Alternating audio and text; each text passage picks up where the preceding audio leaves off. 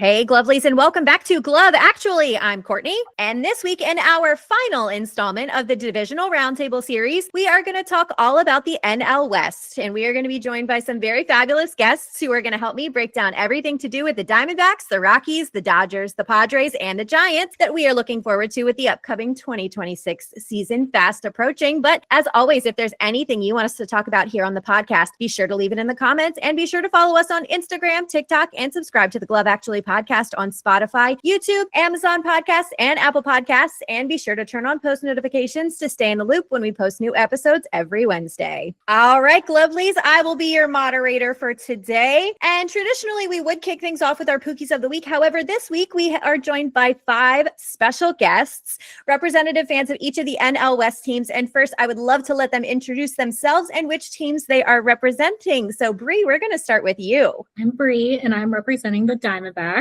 All right, and Ro? I am Ro Moore. I'm from Denver, Colorado, so of course I've got to rep my Rockies. Amazing. And Jem, how about you? Hi, I'm Jem. I am from Los Angeles and representing the Dodgers. Amazing. All right, Glovelies, and representing the San Diego Padres, we have... Hey, it's Chad here, and I'm representing the San Diego Padres. I'm excited to get started. And finally, representing our San Francisco Giants. Hey everybody.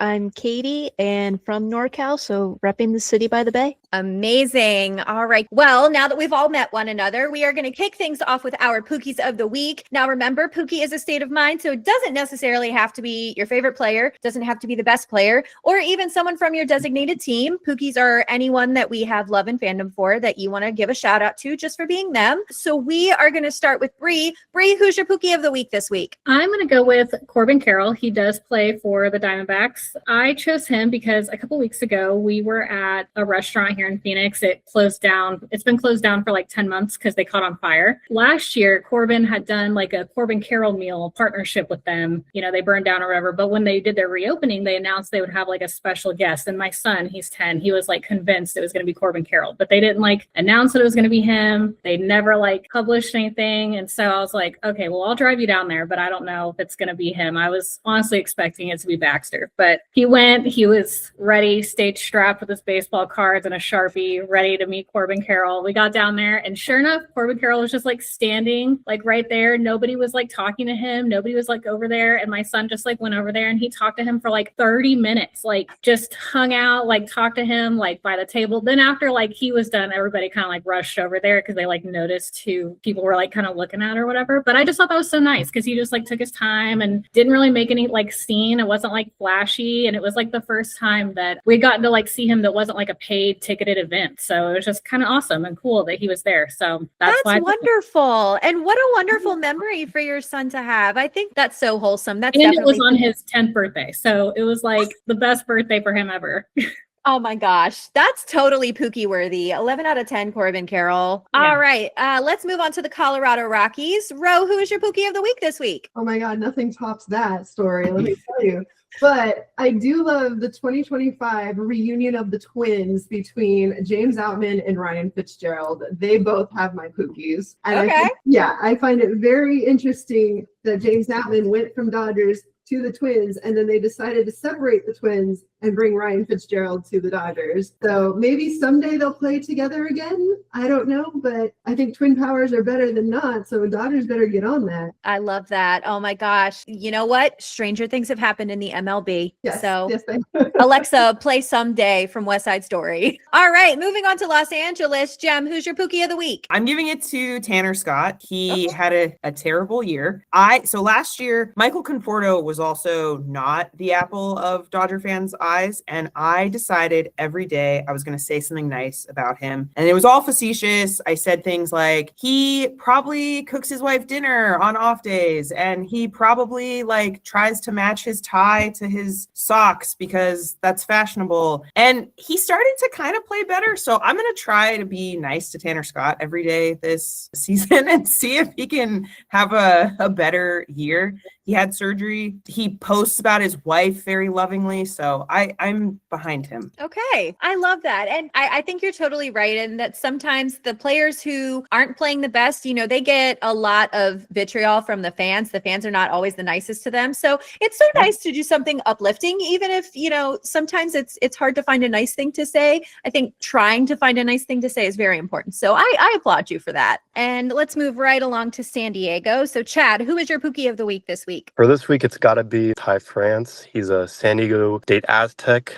We drafted him in 2015, I believe. Amazing player, just won the Gold Glove, and he deserves a lot more recognition than he gets. Super excited to see him play. We got him on a minor league contract, but I think he'll be able to break through to the major league roster immediately. For sure. Definitely. I feel like a lot of the Padres are kind of underrated, so I'm right there with you. All right. And then finally, moving on to San Francisco. Katie, who is your Pookie of the week this week? So I'm going to go a little against the grain and not do somebody from the Giants, but I want to shout out the entire Women's Professional Baseball League. Like their first season coming up, they're signing everybody. I just think it's awesome that they're going to inspire so many young girls to get more into the sport and keep playing. And they deserve all the shout outs. And I really hope it goes well. Fingers crossed for them. Yes. Fabulous. Well, those are all really great Pookies. I love all of that. And I love the reasoning behind it. A lot of that is really unique. So very cool.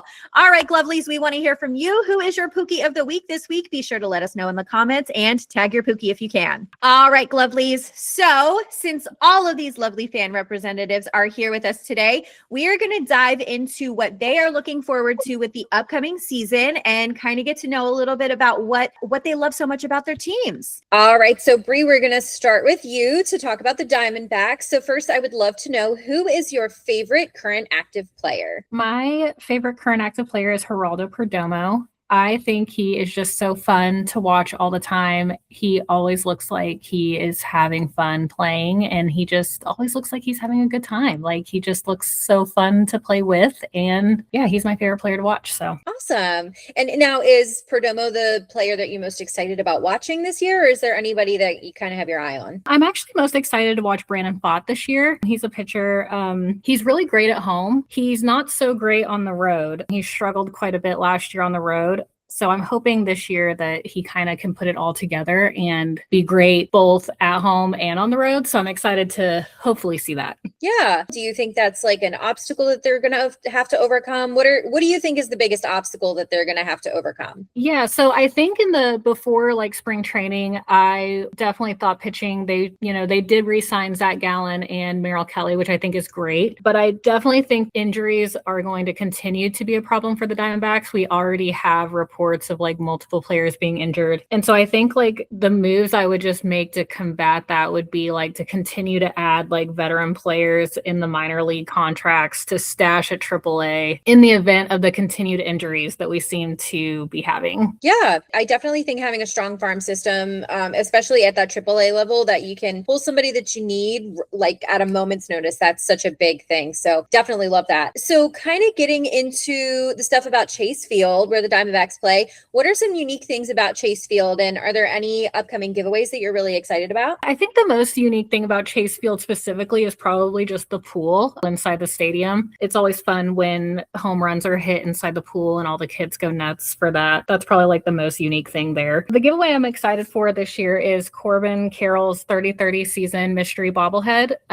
I think it'll be really fun because it's a mystery. You don't know which side of his 30-30 you're going to get. But also, they did a giveaway last year. So if they are interested in bringing back a giveaway that I think everybody would think is cool, they did a boy band t-shirt last year that had players' faces on it that looked like an old NSYNC t-shirt that I think would be totally awesome to do again, because that was my favorite giveaway from last year. I thought that was really cool. You know what? I need MLB to take notes, and I need boy band t-shirts for every team now. Yes. And thank you. Oh my gosh, that's perfect. Well, you mentioned that Corbin Carroll had a 30-30 season last year. What was your most memorable moment from the 2025 season? I think that was it, honestly. The Diamondbacks are so fun to watch because a lot of their players are younger, and so they're all still kind of just seeing what they can do, and we get to see cool records being made and stuff, and him being the first Diamondback in history to do the 30-30 season was really awesome to see. So that would probably be the most memorable moment for me me of the 2025 season to watch. And then, of course, your son got to have such a special moment with him earlier Yeah. this year. So I think that's so cool. And I can almost kind of tell that Corbin Carroll is going to mean a lot to you and your son probably for a while. Oh yes, Corbin Carroll is a big topic in our household. He is he is my son's, idol. So I love it. I love it. So overall, being a fan of the Diamondbacks, what is your favorite sports memory of your team? my favorite memory is being at the 2023 NLDS game against the Dodgers where they hit the 4 home runs in the same inning. That was just, I think, one of the most electric moments I have ever experienced in a sports environment. And it was just so cool. Like just everybody like freaking out and going nuts. I have never experienced anything like that before. And it was awesome. And that it was against the Dodgers, it was even more awesome. Of course. I mean, that the playoff vibe is totally different than anything else during the regular season. So trust me, I get it. So before we move on, is there anything else you want to say about the Diamondbacks? No, just that I am excited to continue to watch them this year. Awesome. All right. Well, Corbin Carroll, we got our eye on you. Let's move over to Colorado. Ro, are you ready to talk about the Rockies? Always and forever, man. Mile High Stadium. We got to make it happen.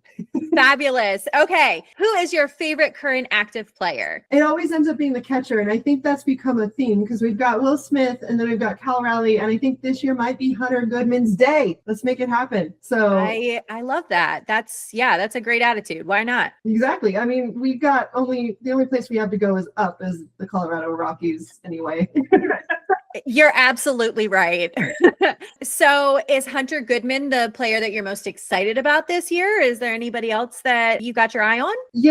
It's not a player, but we stole Brett Pill from the Dodgers to do our hitting. And so when you can actually hit in the Rockies Stadium with the altitude and everything, that changes the game. And I think the Rockies really need that. Not that their defensive strategy ain't great. It really isn't. But if we can hit and get the score up there, it gives us a better chance. So I'm excited to see what he does bringing stuff from the Dodgers to us. And so obviously the Rockies had not the best season last year. So they probably have a number of different obstacles facing them. But what do you think is the biggest obstacle facing the team? And what are a couple of moves that you make to overcome that obstacle? Well, a lot of those moves, I think, happened last season. We got rid of a coach. We brought in a different manager. So a lot of those changes started happening before even the beginning of the season. The only thing I can think of is we're our own worst enemies. And the fact that the financial side, because the owners don't want to put money into the team. And it's like in my opinion, it's their pet project, which is not fair because these players are coming in to play their hearts out. And this is what they've looked forward to their entire life, is getting into a major league team and playing in front of a stadium full of fans. So I think it's going to be themselves understanding where they're at and then being able to elevate it on their own without the support that like the Dodgers have or the other teams like the Diamondbacks, where it is a legacy team so far. And I think the last time we actually had a cohesive team was that 20-game winning streak to get us to the World Series for the very first time. And so I'd love to see that come back, but that's going to have to come from the players themselves. It's not going to come from ownership. Of course.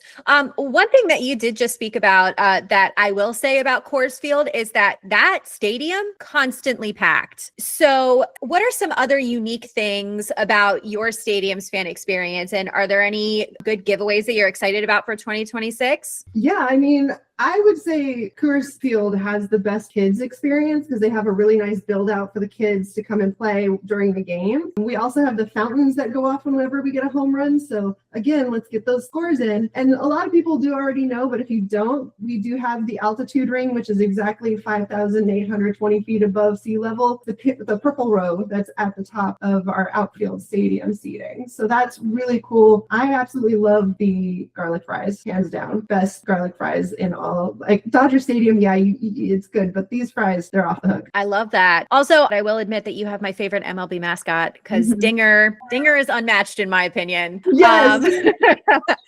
Tell me what your most memorable moment of the 2025 season was. Obviously, the Dodgers winning the World Series because my husband is a huge Dodger fan. So oh, okay, house divided. Yeah, so I have to do that, but I actually decked out our house with blue and silver and got him a whole new tumbler and was like, all right, we're gonna do it. And let me tell you, when they lost that one game, he was so, this is why I'm a Rockies fan, because we don't get this emotional because we don't even get there. But yeah, that was probably my favorite, was seeing him be like, all right, game 7, the 18-inning game, and like the insanity of just that ride was great. I love that. Now, speaking specifically about the Rockies, what is your favorite sports memory of your team? If the boys that know me from this story are listening, they are going to be freaking out. But I was like 19, 20. I went to the game by myself, bought the $1 outfield tickets after the game starts, which I don't think exists anymore, but it was $1 after the first pitch. There were like 2 boys, maybe 9, 10, 11, sitting in front of me, and they were wanting a ball. I knew there was no ball coming near us. And I was like, hey, I know how to get some balls. I could probably get one. And they were like, no, you can't. No, you can't. And so I went to the store, I bought them baseballs, and I went down to the main field and asked the little security guard that's near the field. And I was like, do you mind rubbing the dirt on these balls? And they went,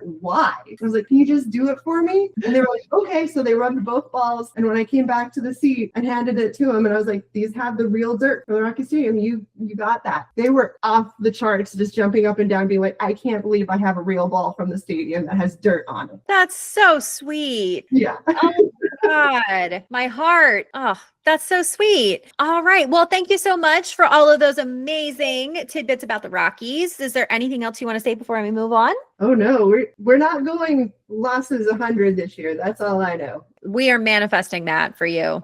Okay, so let's move on to our 2025 World Series champs. Let's talk about the Dodgers. Jem, are you ready? I am as ready as I will be.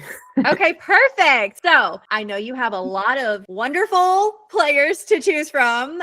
Who is your favorite current active player? Yeah, this is a tough one because it's really, really hard to pick between Roki Sasaki and Kike Hernandez. I think just Roki is from an area in Japan that I've been to. I lived in Japan for a very short while. And so I think I'm going to go with Roki. And I want so badly for him to succeed. And I just so appreciated that he showed emotion when he was struggling and that Dodger fans really rallied behind him. I also appreciate, this is probably answering another question, but the fan base that Roki and Yoshi and Shohei have brought to Dodger Stadium. It is so cool to have fans from everywhere around the world. They've just made the stadiums electric. So that's amazing. So obviously the Dodgers have been very aggressive during the offseason and they've taken in a whole slew of new players. So are there any of those players, or is it one of the players that was already on the team? Who are you most excited about this year? Yeah, I mean, to everyone's joy, the Dodgers signed more stars.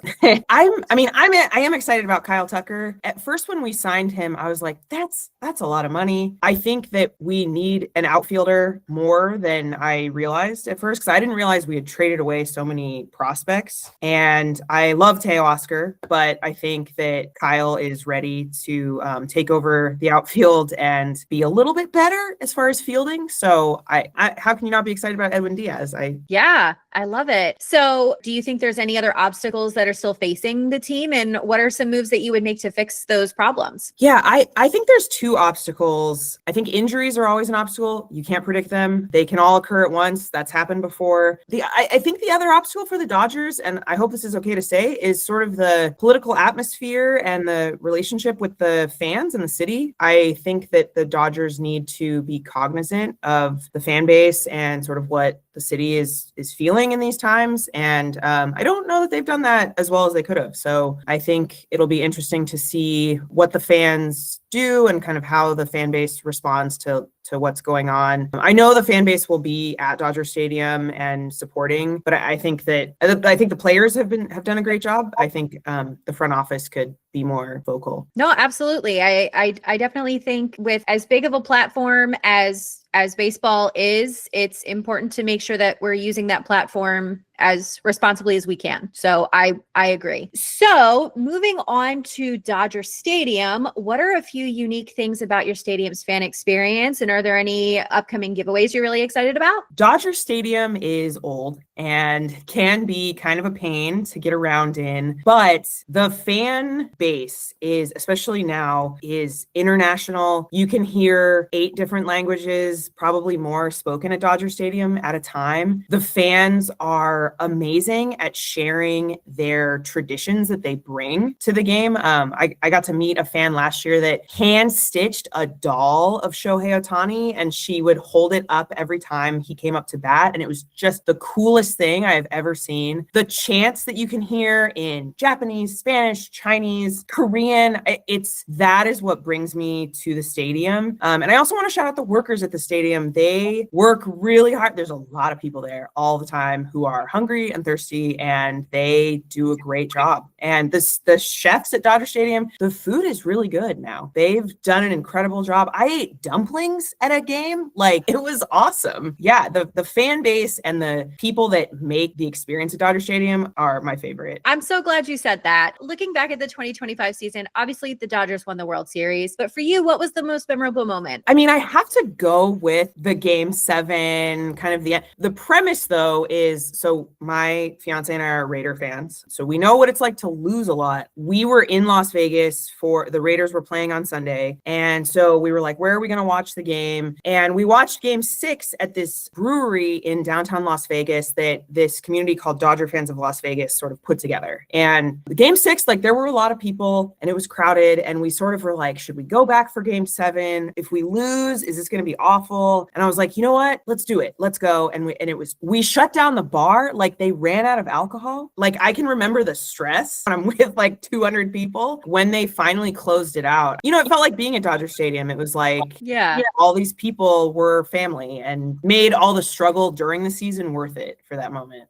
Yeah. Okay, finally, I'm not sure how long you've been a Dodger fan for, but living in Los Angeles is probably a long time. What is your favorite sports memory of your team? I guess I've been a Dodger fan since birth. My parents would take us to Dodger Stadium. My dad never let us skip school. He was like, if you're sick, like, I went to school. He took me out of school early on a Friday one time. The Dodgers had, I don't even think it was a day game, but it was like we had to be at this game. I didn't really know much about baseball. I was in T-ball, but he said, there's this really special pitcher. His name is Hideo Nomo. He's from Japan. We have to go see his debut at Dodger Stadium, because I think he actually debuted in San Francisco against the Giants. But that I remember being like, whoa, this must be a big deal. And that I just remember really having a special moment with my dad, because and we would have many, many more of those, times where we went to games. And I just remember my dad, I think, really wanting me to see this baseball player has this opportunity. And I'm just really grateful that I got to be there. And so I've been through the roller coaster. And luckily it's been on an uphill climb for the last couple of years. You guys are really on the up and up. So and it's so special to share so many wonderful memories with a family member. And that's genuinely how I grew to love baseball. My dad instilled my love of baseball at a very early age. I can relate with all of that. So before we move on, is there anything else you want to say about the Dodgers? Just shout out to all the women in baseball media. We have Kirsten Watson, but and y'all, running any kind of media in sports is hard for women, and y'all are killing it. So thank you. Oh my God. Thank you. Thank you. Yeah. Oh, you're going to make me all emo about it. Come on. Okay. So moving right on along to San Diego, let's talk about the Padres. So Chad, I would love to know, who is your favorite current active player? So my favorite current active player is Jackson Merrill, and I know it's a pretty typical answer, but I feel like he gives off this amazing kind of captain of the team vibe, even if he doesn't really want it, and he's just so calm, cool, and relaxed, and really brings a better move and a better vibe to the clubhouse in general. Yeah, definitely. He's such a dynamic player, so I think that's a really great choice.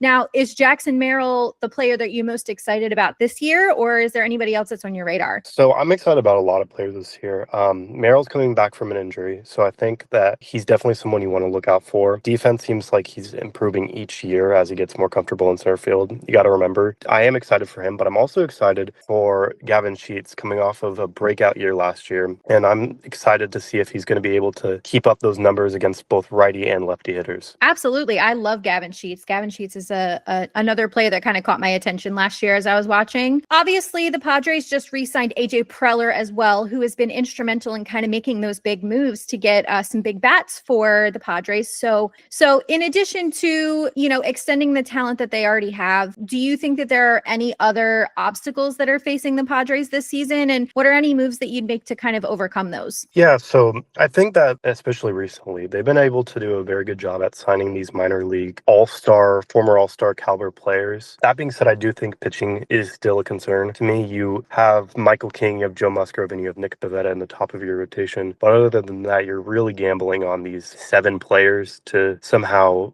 come back or perform at least around a 4 ERA, hopefully. I also think that the offense is very inconsistent at times, and this is something that we've talked about pretty much since 2021. A lot of players just get really streaky, and it could be that San Diego, all we have is baseball, so we pay very high attention to them, so we notice when players are off their game more than, if we were watching other sports. But I do think that they need to address both the starting pitching a little bit more and the offense. Definitely. That was one of the things I noticed kind of last year that frustrated me a little bit was the offense was streaky, as you said. And also speaking to something that you just mentioned, San Diego only has baseball. So one thing I noticed about Petco Park is that place is always packed. So are there any other things that are unique to Petco Park's stadium experience? And are there any good giveaways that you're really excited about for the 2026 season? Yeah, definitely. So there is a lot of new sweet treats, this like banana split mixture where it comes in this little like brick container. It's pretty cool looking. I haven't been able to have it, unfortunately, but there also might be tiramisu. I saw that a couple teams are adding that. I'm pretty sure the Yankees have that for sure. Along with that, you always have all these other local foods like pizza port and hodats, even though you can't customize hodats, unfortunately. I got you. And how about any giveaways? Have the Padres announced their giveaways for this year? There's a lot of bucket hats. There's an Aloha shirt, I believe, for the 4th of July. But my favorite personally is the Jackson Merrill bobblehead. Him like jumping up in the air. And it's pretty cool because I've never really seen a bobblehead that's like levitating like that. Nice. I think that sounds really cool. And especially with him being your favorite current active player, I think that's really neat that there's a giveaway coming up that's a bobblehead of him. There's also the Tatis bobblehead, which they have announced, but it's hidden because it's going to feature our new City Connect uniform. Ooh, yes, that is okay. That should definitely be really exciting then. Okay, so going back to the 2025 season, what was your most memorable moment? Now, the Padres made a playoff run, and that was really, really exciting. But what is your most memorable moment for 2025? For me, obviously the playoff was a bit short-lived. It was over in Chicago, so not many Padres fans were able to attend that. But for me, I would say it was actually the Luis Arraez home run at Petco Park. I believe he only had one, and I fortunately was there right above the dugout. And it was just amazing to see. Everyone around me was ecstatic, and I remember this guy just giving everyone high fives around us. I was going to say, Arraez kind of had a little bit of a roller coaster year, especially toward the end. To see that moment was definitely really special. Overall, though, how long have you been a Padres fan, and what's your favorite sports memory of the team? So I've been a Padres fan since 2014. That's when I say like I officially became a Padres fan. That being said, I believe around 2017, I remember being able to receive a game used baseball by one of our former hitting coaches, and it was just truly amazing because just being able to interact that close with the players. I have a picture of Albert Pujols being up close, let alone at that age, is just that pretty much solidified like my love only for the team, but also for the game itself. Well, that's amazing. Well, thank you so much for all of those wonderful tidbits. And before I move on, is there anything else you want to say about the Padres? Yeah, I think everyone in this fan base is excited to see what these players become and just are hoping for the best, Definitely. Absolutely. And last but not least, we're moving on over to San Francisco. So Katie, let's talk about the Giants. Who is your current favorite active player? So I'm with Ro. It's all about the catchers. It's Patrick Bailey. I mean, he led all catchers in frame rates last year. He had a 31% caught stealing rate. Like, he is setting the bar for defensive catching. He needs to work a little bit at the plate hitting wise, but he is our new franchise catcher. So he's got to go all the way with it, and I think he can. We are big catcher fans. Melissa is a big catcher fan. Okay, so which player are you most excited about this year. The Giants haven't been very aggressive during the offseason, but they did get my Pookie Harrison Bader. So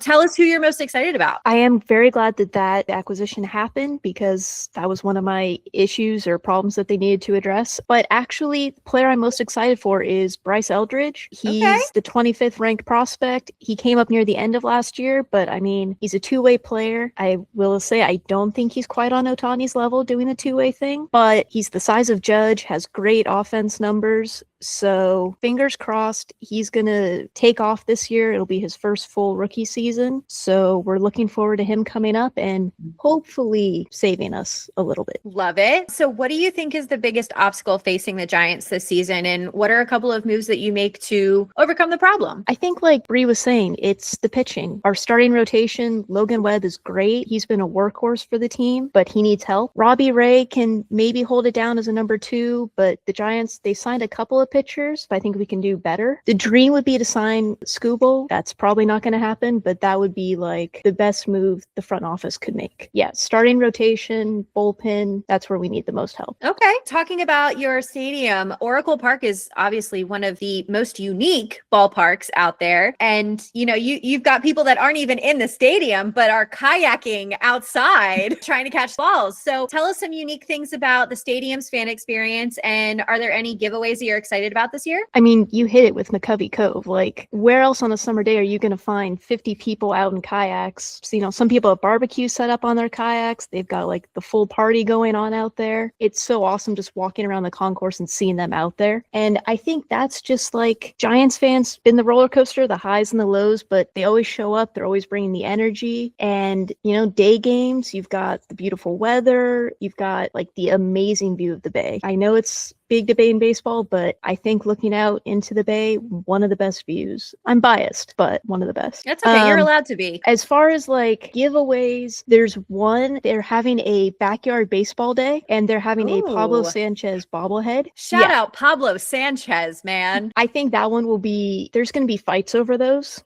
I would fight over that. Well deserved. Yeah. They also have this vintage button up that's got the black with the orange and white piping. Is such a classic look. I'm like, any team that really kind of capitalizes on the nostalgia factor, it's like that boy band t-shirt that Bree was talking about. I think the Pablo Sanchez bobblehead, that is so brilliant. I love it. Okay, so looking back at the 2025 season, what was your most memorable moment? So I actually had two for these, and they're kind of related. The first one was Ramos's Little League home run. It's just such a great clip just to rewatch. And it's just so great to kind of watch and be like, oh, wait, this is happening. And just, it was a comedy of errors on the Rangers' part. The second one was when Patrick Bailey hit the inside the park home run. He's like only the third catcher to ever do that because they're not fast. All but right, well, so shout out catchers. Come on. Yeah, 2 in 1 year. You had a Little League home run and an inside the park home run. So those are best moments. Perfect.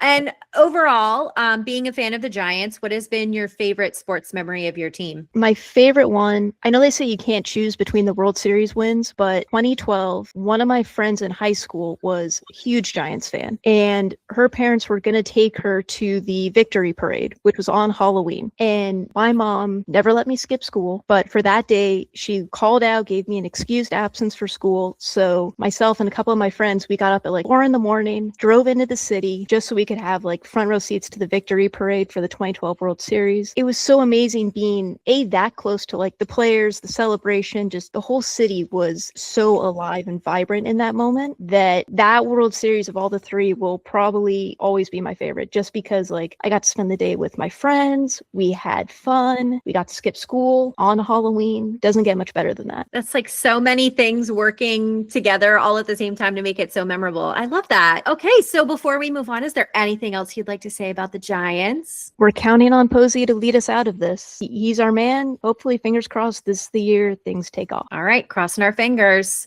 All right, so Glovelies, now that we've had a chance to hear from all of our fan representatives, let's move right into our top 5 of the Today's top 5 is going to work a little differently. We are going to hit a few different categories that we have featured in other Love Actually episodes, and our fan representatives are going to name their top number 1 favorites. Our first category is your favorite ballpark snack. Bree, we're going to start with you. What is your favorite ballpark snack? I'm going to go with the empanadas. That's what I always go for at Chase Field. I know like classics like hot dog, popcorn, those are always too salty for me. It's an empanada for me every time. That's okay.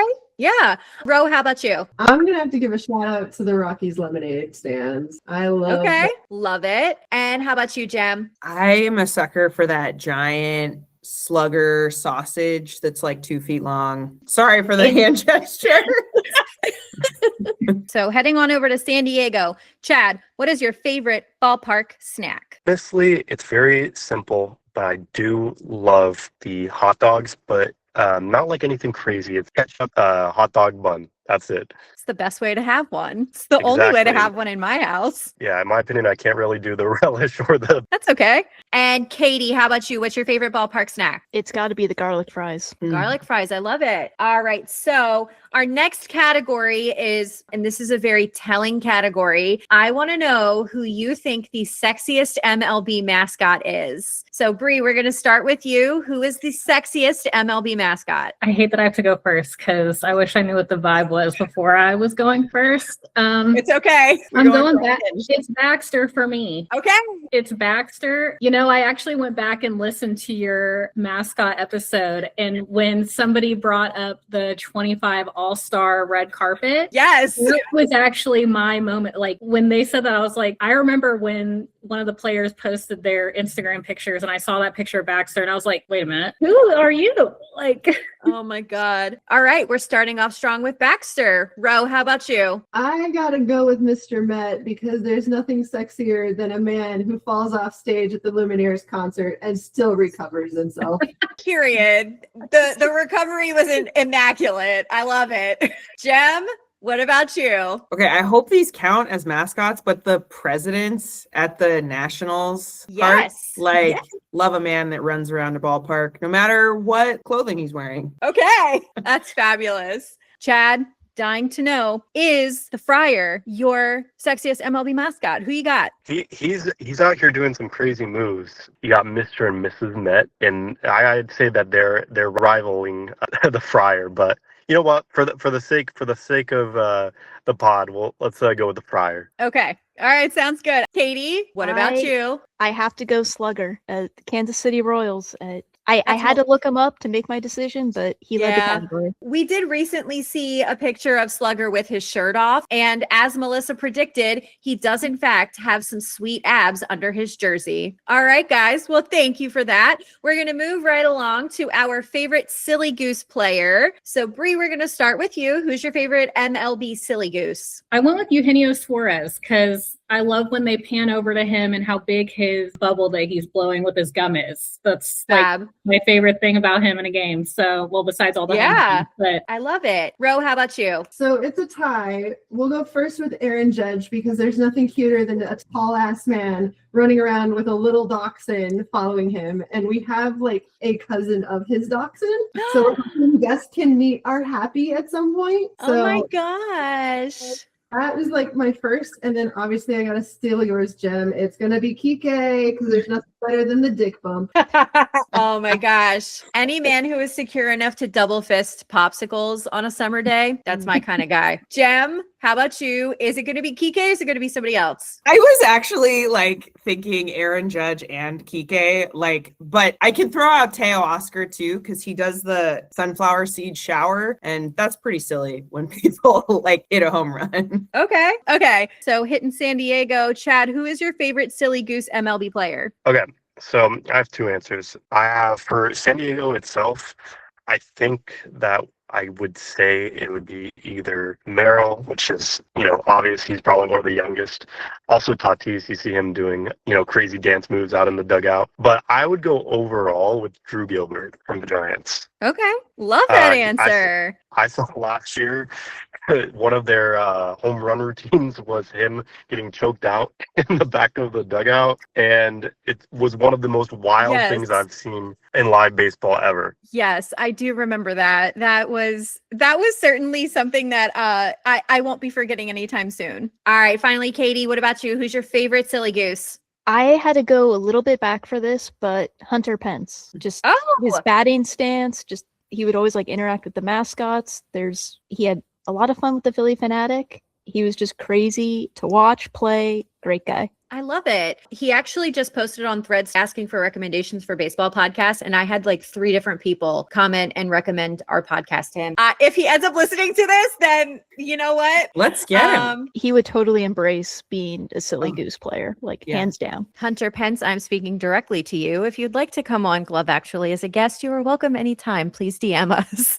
I love it. All right. And our last category, we want to know if you played baseball for your team, what would your walk-up song be? Bree, we're going to start with you. Mine would be Batter Up by Nelly. Okay.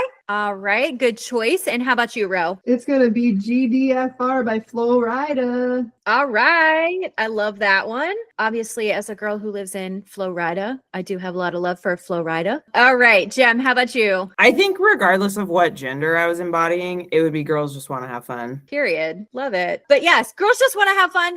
Boys just want to have fun too. Everybody just wants to have fun. All right. Chad, I got to know, what would your walk-up song be? I thought long and hard about this, and I was thinking about a goofy one, more relaxed vibe to match San Diego. But I think I'm going to go with more of an intimidating one, and I'm going to go with Duel of the Fates from Star Wars. Period. Excellent choice. Yes. Okay. Duel of the Fates. I'm here for it. Okay. And Katie, what is your walk-up song going to be? It's got to be Future So Bright, I Gotta Wear Shades, Tim Buck 3. That's a good one. I haven't heard that song in forever. I love that. These are such good choices. Good job, guys. All right, Glovelies, what did you think of our guests' top 5 picks? Let us know in the comments. All right, Glovelies, before we wrap things up today, we are going to leave you, as always, with some recommended media. And this week, our recommended media is going to be brought to you by our very own guests. That's right. All of our fan representatives have brought something that represents their teams. So I'm going to pass it over to them. And Bree, we're going to start with you. Okay, my recommendation is Cactus League by Emily Nevins. It is a book that centers around spring training in Scottsdale, Arizona. It is about a fictional team called the LA Lions, and it's kind of centered around a star player as they start another season during spring training, but it also involves a lot of different interconnected stories that you get the point of view from like the player, the batting coach. There's also like, if you've ever seen Bull Durham, like a Susan Sarandon type character who likes to date a few of the characters. And then there's like partial team owners and players' wives, and they're all kind of like connected during spring training in Scottsdale. I love the settings because if you're ever in Scottsdale during spring training, it is spot on with the descriptions of the Salt River fields and the location of the fields and like just like the environment of spring training. But yeah, I just thought it was kind of like a fun read. If you're going to come here and experience spring training, I think that it could be very entertaining. So based on your description of it, it kind of reminds me of those like rom-com movies that they would have like 20 different A-list stars in, like the Valentine's Day one, and then there was like a New Year's Eve one. Is it kind of like that, only in like a book form? Yes, kind of. Yeah, kind of like that, where it's just like every little character is kind of tied to another one, but they're all kind of doing their own thing. Got it. Okay. Well, that sounds really cool. All right. Well, thank you so much for that. All right. So moving on to the Colorado Rockies. Ro, what did you bring to recommend to our Glovelies? So what I have to recommend is a film I got to work on in Denver as the script supervisor, and it's called The Man Who Changed the World. It has Wallace Shawn and Christopher Lowell. You probably know Wallace Shawn from good old, Princess Bride, maybe. But we got to work with him in Denver, and the film is about a local Denver guy, Bud Stoker, and his wife, and how they raised their family in the 1960s with all of the business being turbulent and the wars and things like that, only to discover how to become an entrepreneur. And basically, I don't know how to say this otherwise, but like he's part of the family lineage that created that cool Christmas tree that's like the reflection with the circles and things like that. Can't wait for that film to come out. going to showcase Denver. It showcases Boulder. It's a really fun, cute, heartwarming story for families to watch too. Oh, that's amazing. I love that. Personally, for me, Wallace Shawn is Mr. Hall from Clueless. Oh yes, he's great in that too. Forever. He's also Cyrus from Gossip Girl. Yes, so many things. Like if you don't know who Wallace Shawn is, I've got other questions. Get it together if you don't know who Wallace Shawn is. All right, Jem, what you got for us? This was so hard, but I just got to see a screening of the new documentary coming out called Homecoming, and it's about the Japanese players on the Dodgers returning home for the Japan series this past year. It's really heartwarming and also thought-provoking. So, but I thought it was really well done. I really liked it. I also just want to shout out MLB Threads. Everyone on MLB Threads is worth The following, best. and yeah. Like I hate to be biased, but we are the best sports community. And that's largely because women are a huge part of it. So I recommend that media also. Yes, I also wholeheartedly recommend Threads to everyone. Definitely 100%. I love that. And I actually think that you and I may have connected via Threads or I think either that so. or through Instagram. Yeah. I would say the vast majority of the folks that have participated in this divisional roundtable series are folks that I met through Threads. So shout out Threads. Yes. Love it. All right, let's head on over to San Diego and let's talk to Chad. Chad, what have you got for us? What's your recommended media for the week? So my recommendation gotta be Modern Family. I think it's a classic for anyone that grew up watching TV with their parents in the 2010s. I think it's something that you always can go back to as like a binge watching show. I'd say that it relates to the San Diego Padres in an interesting way where like you have your ups and downs, but it's always going to be super entertaining and you can always just like watch it no matter how you're feeling. The characters, I would say, don't really resemble the Padres completely, but you could argue that Jay is kind of like Manny Machado, where he's very forward, kind of gruff, kind of the older person on the team at this point. Basically, he'll make you smile just because of the stuff he says. Absolutely. So I have to know, do you have a favorite character on that show? Yeah, my favorite character is actually Jay. I really love his like cold humor where he's just like, you can't tell if he's serious or not. That's just the kind of humor I'm into in general. But I also love Phil. I know that pretty much anyone who's watched the show absolutely loves Phil. So either one of them and their kind of like chemistry together of just like him trying to get his approval is hilarious to me, honestly. Yeah, definitely. Ty Burrell is one of my favorite actors. I think he's fantastic in everything that he does. So Phil is definitely my personal favorite. So I'm glad you said that. Okay, awesome. Well, thank you so much for that. And finally, Katie, what do you have to represent San Francisco? So this is actually a bit of a shameless plug. I'm saying my own book that I wrote that came out last year. It's called A Single Season. It's a Nashville Notes novel, and San Francisco does play a big role in the postseason aspects of the book. So there is a connection there. It's not just me talking about myself. But the book follows Steve Dixon, who's finally making his major league debut, and it's his relationship with Mason Rollins, who's the veteran catcher of the fictional Nashville Notes team. It's really just about how they balance their professional relationship as pitcher and catcher, as well as something a little bit deeper in their personal lives. It's very much a love letter to baseball. A lot of teams are represented. Mention a lot about the Dodgers. The Rockies get a shout out. Arizona plays a big part in it. So all the NL West is in there, but it's my book and I'm very proud of it. I love that. That's fantastic. Well, congratulations on putting that out there into the world. And yeah, I'm so excited to read that now. And thank you so much for all of those recommendations, you guys.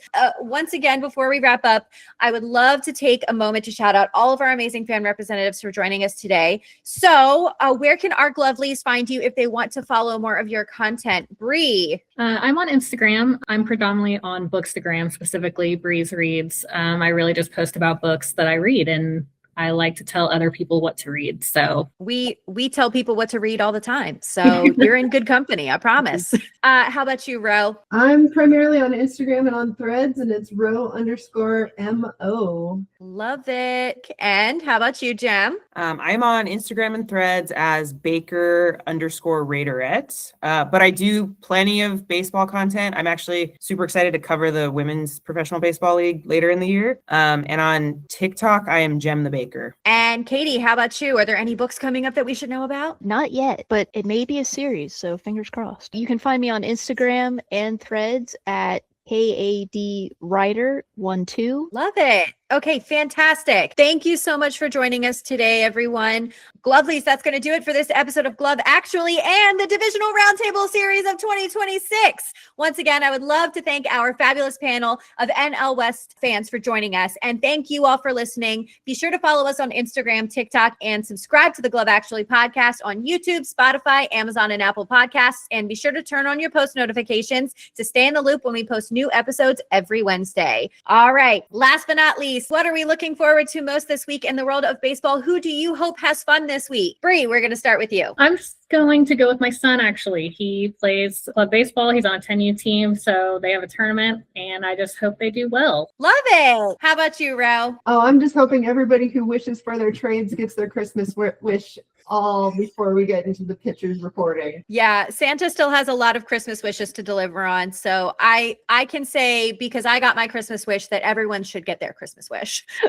How about you, Jem? I think just the fans. I think we're all like, where's baseball? And we're ready. Yes, I love it. All right. And Chad, what about you? Who do you hope has fun this week? All right, so I'm going to give a little shout out to someone who I've been enjoying their content. He's a fellow Padres fan account, Jeremy, over at pimp_lord619. He's got really funny, just one-on-one kind of content where he records a video of himself reacting to Padres news and that kind of stuff. If you ever, want to insight into what the average Padres fan is feeling, I'd go check him out. I love that. I was going to say all the fan accounts out there, definitely want to give them some love. So that's a whole other workload that you're taking on. So awesome. And Katie, how about you? Who do you hope has fun this week? I hope the Giants front office has fun and spends a lot of money. Period. I love it. Before we wrap up, I am just going to say that I hope all of the folks working at all of the MLB stadiums across the country have a good week. So there are so many folks who make these games possible for the fans. Jem spoke about this a little bit earlier, but many are very unrecognized. So from the folks who scan your tickets, the food and beverage vendors, the ushers who help you find your seats and have a great game experience, there are so many people who make baseball enjoyable aside from the players and the people out on the field. So for all of the MLB fans out there, be sure to thank the team members you cross paths with this MLB season.